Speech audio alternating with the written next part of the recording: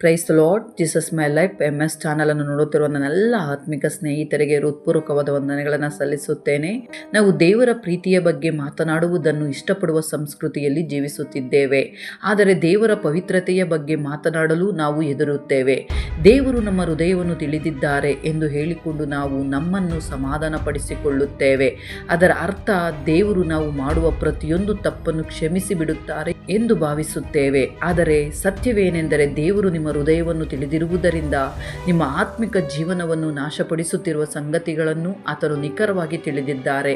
ಜನರು ಪ್ರತಿದಿನ ಮಾಡುವ ಕೆಲವು ಕಾರ್ಯಗಳು ಹೊರನೋಟಕ್ಕೆ ಹಾನಿಕರವಲ್ಲವೆಂದು ತೋರುತ್ತವೆ. ನಾವು ಅವುಗಳನ್ನು ಮಾನವ ಸ್ವಭಾವ ಎಂದು ಕರೆಯುತ್ತೇವೆ. ಆದರೆ ದೇವರ ದೃಷ್ಟಿಯಲ್ಲಿ ಅವು ಅಪಾಯಕಾರಿಯಾಗಿವೆ. ಅವು ದೇವರ ನಿಯಮಗಳನ್ನು ಉಲ್ಲಂಘಿಸುವುದರಿಂದ ಮಾತ್ರವಲ್ಲ, ಅವು ದೇವರ ಹೃದಯವನ್ನು ನೋಯಿಸುತ್ತವೆ. ದೇವರು ಕೋಪಗೊಳ್ಳುವುದರಲ್ಲಿ ನಿಧಾನನು ಎಂದು ಧರ್ಮಶಾಸ್ತ್ರ ತಿಳಿಸುತ್ತದೆ. ಆದರೆ ದೇವರು ಎಂದಿಗೂ ಕೋಪಗೊಳ್ಳುವುದಿಲ್ಲ ಎಂಬುದಲ್ಲ. ಆತನು ಕೋಪಗೊಳ್ಳುತ್ತಾರೆ, ಆದರೆ ಆ ಕೋಪವು ಕಾರಣವಿಲ್ಲದ ಅಥವಾ ನಿಯಂತ್ರಣವಿಲ್ಲದ ಕೋಪವಲ್ಲ. ಅದು ನೀತಿಯುತವಾದ ಕೋಪವಾಗಿದೆ. ತನ್ನ ಮಕ್ಕಳು ವಿನಾಶದ ಮಾರ್ಗದಲ್ಲಿ ನಡೆಯುತ್ತಿರುವುದನ್ನು ನೋಡುವ ಪ್ರತಿಕ್ರಿಯೆಯಾಗಿದೆ. ಇತ್ತೀಚೆಗೆ ನಿಮಗೆ ದೇವರೊಂದಿಗೆ ಒಂದು ರೀತಿಯ ದೂರವಿರುವಂತೆ ಅನಿಸುತ್ತಿದೆಯೇ? ಅಥವಾ ನಿಮ್ಮ ಪ್ರಾರ್ಥನೆಗಳು ಮೇಲಕ್ಕೆ ಏರದೆ ಮೇಲ್ಛಾವಣಿಗೆ ತಾಗಿ ಹಿಂತಿರುಗುವಂತಿರುವಂತೆ ಭಾಸವಾಗುತ್ತಿದೆಯೇ? ಆಗಿದ್ದರೆ ಅದರ ಕಾರಣ ಯಾವಾಗಲೂ ಸೈತಾನನಾಗಿರಬೇಕೆಂದಿಲ್ಲ. ಕೆಲವೊಮ್ಮೆ ಅದರ ಕಾರಣ ನೀವೇ ಆಗಿರಬಹುದು. ಇಂದು ನಾವು ದೇವರನ್ನು ಕೋಪಗೊಳಿಸುವ 4 ಅಭ್ಯಾಸಗಳನ್ನು ಮತ್ತು ತಡವಾಗುವ ಮೊದಲು ಅವುಗಳನ್ನು ಹೇಗೆ ಬಿಡಬೇಕು ಎಂಬುದನ್ನು ತಿಳಿದುಕೊಳ್ಳಲಿದ್ದೇವೆ. ಅಭ್ಯಾಸ 1, ಉತ್ಸಾಹವಿಲ್ಲದ ಆತ್ಮ. ದೇವರನ್ನು ಆಳವಾಗಿ ಕೋಪಗೊಳಿಸುವ ಮೊದಲ ಅಭ್ಯಾಸವೆಂದರೆ ಉಗುರು ಬೆಚ್ಚಗಿನ ಆತ್ಮಿಕ ಜೀವನ. ಅಂದರೆ ದೇವರಿಗೆ ನಿಮ್ಮ ಅತ್ಯುತ್ತಮವಾದದ್ದನ್ನು ನೀಡುವ ಬದಲು ಉಳಿದಿರುವ ಸಮಯ, ಶಕ್ತಿ ಮತ್ತು ಗಮನವನ್ನು ನೀಡುವುದು. ನೀವು ಆರಾಧನೆಯನ್ನು ಕೇಳುತ್ತೀರಿ, ಆದರೆ ನಿಮ್ಮ ಹೃದಯವು ಅದರಲ್ಲಿ ತೊಡಗಿಸಿಕೊಂಡಿರುವುದಿಲ್ಲ. ನೀವು ರಕ್ಷಣೆಯ ಭದ್ರತೆಯನ್ನು ಬಯಸುತ್ತೀರಿ, ಆದರೆ ದೇವರಿಗೆ ಸಂಪೂರ್ಣವಾಗಿ ವಿಧೇಯರಾಗುವ ತ್ಯಾಗವನ್ನು ಬಯಸುವುದಿಲ್ಲ.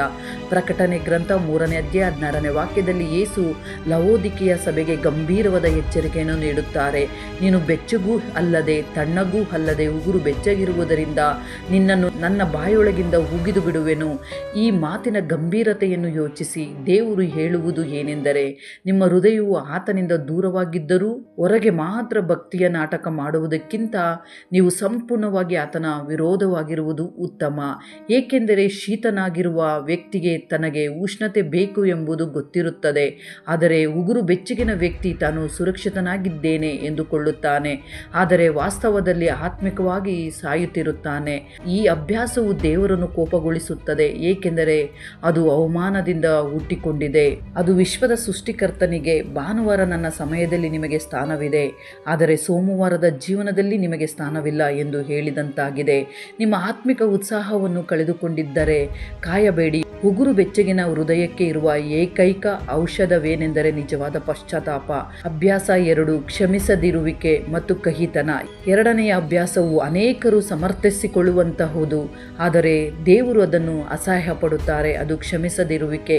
ದೇವರು ನಮಗೆ ತೋರಿಸುವ ಕೃಪೆಯ ಬಗ್ಗೆ ನಾವು ವಚನಗಳನ್ನು ಉಲ್ಲೇಖಿಸಲು ಇಷ್ಟಪಡುತ್ತೇವೆ, ಆದರೆ ಅದೇ ಕೃಪೆಯನ್ನು ಇತರರಿಗೆ ತೋರಿಸಲು ಅನೇಕ ಬಾರಿ ನಿರಾಕರಿಸುತ್ತೇವೆ. ನಾವು ದ್ವೇಷವನ್ನು ಹಿಡಿದುಕೊಂಡಿರುತ್ತೇವೆ, ಹಳೆಯ ಗಾಯಗಳನ್ನು ಮನಸ್ಸಿನಲ್ಲಿ ಪೋಷಿಸುತ್ತಿರುತ್ತೇವೆ. ಆದರೆ ಕಠಿಣವಾದ ಸತ್ಯವೇನೆಂದರೆ ನೀವು ಒಂದೇ ಸಮಯದಲ್ಲಿ ಕಹಿತನವನ್ನು ದೇವರನ್ನು ಹಿಡಿದುಕೊಳ್ಳಲು ಸಾಧ್ಯವಿಲ್ಲ. ಮತ್ತಾಯನು ಬರೆದ ಸುವಾರ್ತೆ 18ರಲ್ಲಿ ಯೇಸು ಕರುಣೆ ಇಲ್ಲದ ಸೇವಕನ ದೃಷ್ಟಾಂತವನ್ನು ಹೇಳುತ್ತಾರೆ. ಅಪಾರವಾದ ಸಾಲವನ್ನು ಕ್ಷಮಿಸಲ್ಪಟ್ಟ ಒಬ್ಬನು ತನಗೆ ಸ್ವಲ್ಪ ಹಣ ಕೊಡಬೇಕಾಗಿದ್ದ ಮತ್ತೊಬ್ಬನ ಮೇಲೆ ಕ್ರೂರವಾಗಿ ವರ್ತಿಸಿದ ಕಥೆಯಾಗಿದೆ. ಅಪಾರವಾದ ಸಾಲವನ್ನು ಕ್ಷಮಿಸಲ್ಪಟ್ಟ ಆ ವ್ಯಕ್ತಿ ನಂತರ ತನಗೆ ಸ್ವಲ್ಪ ಹಣ ಕೊಡಬೇಕಾಗಿದ್ದ ಮತ್ತೊಬ್ಬನ ಮೇಲೆ ಕ್ರೂರವಾಗಿ ವರ್ತಿಸಿದನು. ಇದನ್ನು ಕಂಡ ಯಜಮಾನನು ಬಹಳ ಕೋಪಗೊಂಡನು. ನಾವು ಇತರರನ್ನು ಕ್ಷಮಿಸಲು ನಿರಾಕರಿಸಿದಾಗ ನಾವು ಶಿಲುಬೆಯ ಕಾರ್ಯವನ್ನೇ ಅವಮಾನಿಸಿದಂತಾಗುತ್ತದೆ. ನಾವು ದೇವರಿಗೆ ನನ್ನ ಪಾಪಗಳಿಗಾಗಿ ನೀವು ಕೊಟ್ಟ ಬೆಲೆ ಸಾಕಾಗಿತ್ತು, ಆದರೆ ಅವರ ಪಾಪಗಳಿಗಾಗಿ ಕೊಟ್ಟ ಬೆಲೆ ಸಾಕಾಗಲಿಲ್ಲವೆಂದು ಹೇಳಿದಂತಾಗುತ್ತದೆ. ಅಂತಹ ಮನೋಭಾವವು ಅತ್ಯಂತ ಅಪಾಯಕರವಾದದ್ದು. ಕಹಿತನವು ನೀವು ಕುಡಿಯುವ ವಿಷದಂತಿದೆ. ಅದನ್ನು ಕುಡಿಯುವಾಗ ಇದರಿಂದ ಇನ್ನೊಬ್ಬ ವ್ಯಕ್ತಿ ನಾಶವಾಗಲಿ ಎಂದು ನಿರೀಕ್ಷಿಸುತ್ತೀರಿ, ಆದರೆ ಅದು ಅವರನ್ನು ಕೊಲ್ಲುವುದಿಲ್ಲ, ಅದು ನಿಮ್ಮ ಆತ್ಮವನ್ನೇ ನಾಶಪಡಿಸುತ್ತದೆ. ನೀವು ಯಾರ ಮೇಲಾದರೂ ದ್ವೇಷವನ್ನು ಹಿಡಿದುಕೊಂಡಿದ್ದರೆ ಅದನ್ನು ಹಿಂದೆ ಬಿಟ್ಟು ಬಿಡಿ. ಅವರು ಅದಕ್ಕೆ ಅರ್ಹರಾಗಿರುವುದರಿಂದ ಅಲ್ಲ, ಆದರೆ ದೇವರು ಈಗಾಗಲೇ ಕ್ಷಮಿಸಿರುವ ಸಾಲವನ್ನು ನೀವು ಇನ್ನೂ ಹೊತ್ತುಕೊಂಡು ನಡೆಯಲು ಸಾಧ್ಯವಿಲ್ಲ. ಅಭ್ಯಾಸ ಅಭ್ಯಾಸ 3, ದೂರು ಹೇಳುವ ಮನೋಭಾವ. ಮೂರನೆಯ ಅಭ್ಯಾಸವು ಬಹುಶಃ ಅತ್ಯಂತ ಸಾಮಾನ್ಯವಾದದ್ದು, ಆದರೆ ಇದೇ ಒಂದು ಸಂಪೂರ್ಣ ತಲೆಮಾರನ್ನು ನಾಶ ಮಾಡಿತು. ಅದು ದೂರು ಹೇಳುವ ಅಭ್ಯಾಸ. ನಾವು ಅದನ್ನು ಮನಸ್ಸಿನ ಬೇಸರವನ್ನು ಹೊರಹಾಕುವುದು ಎಂದು ಕರೆಯಬಹುದು, ಆದರೆ ದೇವರು ಅದನ್ನು ದಂಗೆ ಅಥವಾ ವಿರೋಧದ ಮನೋಭಾವ ಎಂದು ಕರೆಯುತ್ತಾರೆ. ಅರಣ್ಯದಲ್ಲಿದ್ದ ಇಸ್ರೇಲರನ್ನು ನೆನಪಿಸಿಕೊಳ್ಳಿ. ದೇವರು ಅವರಿಗಾಗಿ ಕೆಂಪು ಸಮುದ್ರವನ್ನು 2 ಭಾಗಗಳಾಗಿ ವಿಭಜಿಸಿದರು, ಪರಲೋಕದಿಂದ ಮನ್ನವನ್ನು ನೀಡಿ ಅವರನ್ನು ಪೋಷಿಸಿದರು. ಆದರೂ ಅರಣ್ಯಕಾಂಡ 11ರಲ್ಲಿ ಹೀಗೆ ಬರೆಯಲಾಗಿದೆ, ಇಸ್ರೇಲ್ ಜನರು ತಮಗೆ ದುರಾವ್ಯವಸ್ಥೆ ಉಂಟಾಯಿತೆಂದು ಯೆಹೋವನಿಗೆ ಕೇಳಿಸುವಂತೆ ಗುಣುಗುಟ್ಟುವವರಾದರು. ಅದಕ್ಕೆ ಆತನು ಕೋಪಗೊಂಡು ಅವರ ಮಧ್ಯದಲ್ಲಿ ಬೆಂಕಿಯನ್ನು ಉಂಟು ಮಾಡಿದ್ದರಿಂದ ಪಾಳೆಯದ ಕಡೆಯ ಭಾಗದಲ್ಲಿದ್ದವರು ಸುಟ್ಟು ಹೋದರು. ದೂರು ಹೇಳುವುದು ದೇವರನ್ನು ಏಕೆ ಕೋಪಗೊಳಿಸುತ್ತದೆ? ಏಕೆಂದರೆ ಅದು ಕೃತಜ್ಞತೆ ಇಲ್ಲದ ಮನಸ್ಸಿನ ಪರಮ ವ್ಯಕ್ತೀಕರಣವಾಗಿದೆ. ದೇವರು ನಿಮ್ಮ ಕೈಯಲ್ಲಿಟ್ಟಿರುವ ಆಶೀರ್ವಾದಗಳನ್ನು ನೋಡಿ ಇದು ಸಾಕಾಗಿಲ್ಲ ಎಂದು ಹೇಳುವಂತಾಗಿದೆ. ನೀವು ನಿಮ್ಮ ಕೆಲಸದ ಬಗ್ಗೆ ಸದಾ ದೂರು ಹೇಳುವಾಗ ದೇವರು ನಿಮಗೆ ಒದಗಿಸಿರುವ ವ್ಯವಸ್ಥೆಯನ್ನು ತಿರಸ್ಕರಿಸುತ್ತಿದ್ದೀರಿ. ನೀವು ಕಾಯುವ ಸಮಯದ ಬಗ್ಗೆ ದೂರು ಹೇಳುವಾಗ ದೇವರ ಯೋಜನೆಯ ಮೇಲೆಯೇ ಅನುಮಾನ ವ್ಯಕ್ತಪಡಿಸುತ್ತಿದ್ದೀರಿ. ಕೃತಜ್ಞತೆಯು ದೇವರ ಸಾನ್ನಿಧ್ಯವನ್ನು ಆಹ್ವಾನಿಸುತ್ತದೆ, ಆದರೆ ದೂರು ಹೇಳುವ ಮನೋಭಾವವು ಅದನ್ನು ದೂರ ತಳ್ಳುತ್ತದೆ. ನಿಮ್ಮ ಜೀವನದಲ್ಲಿ ನಿರಂತರ ನಕಾರಾತ್ಮಕತೆ ಕಂಡುಬಂದರೆ ಅದನ್ನು ನಿಲ್ಲಿಸಿ. ನಿಮ್ಮ ಹೃದಯವು ಸಂಪೂರ್ಣವಾಗಿ ದೇವರನ್ನು ಸ್ತುತಿಸುವ ಸ್ಥಿತಿಗೆ ಬರುವವರೆಗೂ ನಿಮ್ಮ ಬಾಯಿಂದ ಆತನನ್ನು ಸ್ತುತಿಸಲು ಆರಂಭಿಸಿ. ಅಭ್ಯಾಸ 4, ದೇವರಿಗಿಂತ ಮನುಷ್ಯರಿಗೆ ಹೆಚ್ಚು ಭಯಪಡುವುದು. ದೇವರನ್ನು ಕೋಪಗೊಳಿಸುವ 4ನೇ ಅಭ್ಯಾಸವೆಂದರೆ ದೇವರಿಗಿಂತ ಮನುಷ್ಯರಿಗೆ ಹೆಚ್ಚು ಭಯಪಡುವುದು.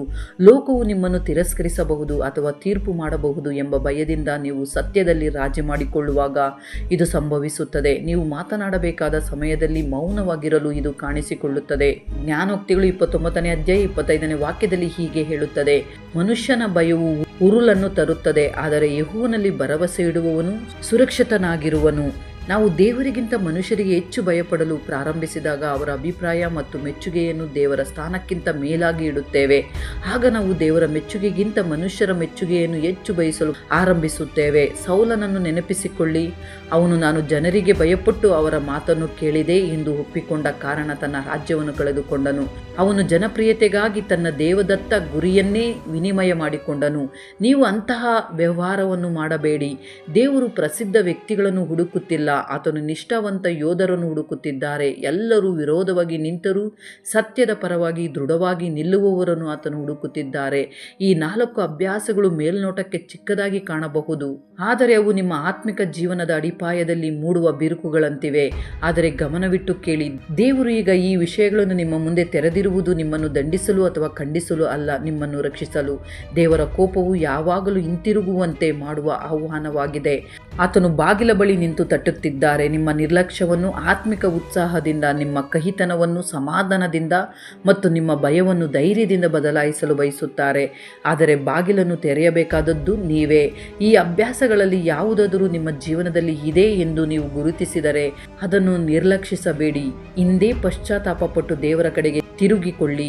ನಿಮ್ಮನ್ನು ಹಾಗೆಯೇ ಬಿಡಲು ಇಷ್ಟಪಡದಷ್ಟು ಪ್ರೀತಿಸುವ ಪರಲೋಕದ ತಂದೆಯ ಬಳಿಗೆ ಹಿಂತಿರುಗಿರಿ. ನೀವು ಈ ಹೊರೆಗಳನ್ನು ಕೆಳಗಿಟ್ಟು ಸತ್ಯದಲ್ಲಿ ನಡೆಯಲು ಸಿದ್ಧರಾಗಿದ್ದರೆ ನಿಮ್ಮ ಹೃದಯದಲ್ಲಿ ದೇವರನ್ನು ಆಯ್ಕೆ ಮಾಡಿ ಮತ್ತು ಈ ಸಂದೇಶವನ್ನು ಇದೇ ಎಚ್ಚರಿಕೆ ಅಗತ್ಯವಿರುವ ಯಾರೊಂದಿಗಾದರೂ ಹಂಚಿಕೊಳ್ಳಿ. ಯಾಕೆಂದರೆ ಸತ್ಯವೇನೆಂದರೆ ದೇವರು ಕೇವಲ ದಂಡಿಸಲು ಎಚ್ಚರಿಕೆ ನೀಡುವುದಿಲ್ಲ, ಆತನು ರಕ್ಷಿಸಲು ಎಚ್ಚರಿಕೆ ನೀಡುತ್ತಾರೆ. ನಿಮ್ಮ ನಂಬಿಕೆಯನ್ನು ಬಲಪಡಿಸುವ ಇನ್ನಷ್ಟು ಆತ್ಮಿಕ ಸಂದೇಶಗಳಿಗಾಗಿ Jesus my life MS channel ಅನ್ನು ಸಬ್ಸ್ಕ್ರೈಬ್ ಮಾಡಿರಿ. ಈ ವಿಡಿಯೋ ನಿಮಗೆ ಇಷ್ಟವಾಗಿದ್ದರೆ ಅನೇಕರಿಗೂ ಶೇರ್ ಮಾಡಿರಿ, ಲೈಕ್ ಮಾಡಿರಿ, ಕಾಮೆಂಟ್ ಮಾಡಿ ಮತ್ತು ನಮ್ಮ ಚಾನಲ್ಗೆ ಬೆಂಬಲ ನೀಡಿ. ಇನ್ನೊಂದು ಆತ್ಮಿಕ ಹಾಗೂ ಶಕ್ತಿಯುತ ಸಂದೇಶದೊಂದಿಗೆ ಮತ್ತೆ ನಿಮ್ಮನ್ನು ಭೇಟಿಯಾಗುತ್ತೇನೆ. ಸರ್ವಶಕ್ತನಾದ ದೇವರ ಮಹಾಕೃಪೆಯು ನಮ್ಮೆಲ್ಲರೊಂದಿಗೆ ಸದಾ ಇದ್ದು ನಮ್ಮನ್ನು ಕಾಪಾಡಿ ನಡೆಸಿ ಬಲಪಡಿಸಲಿ. ಆಮೆನ್.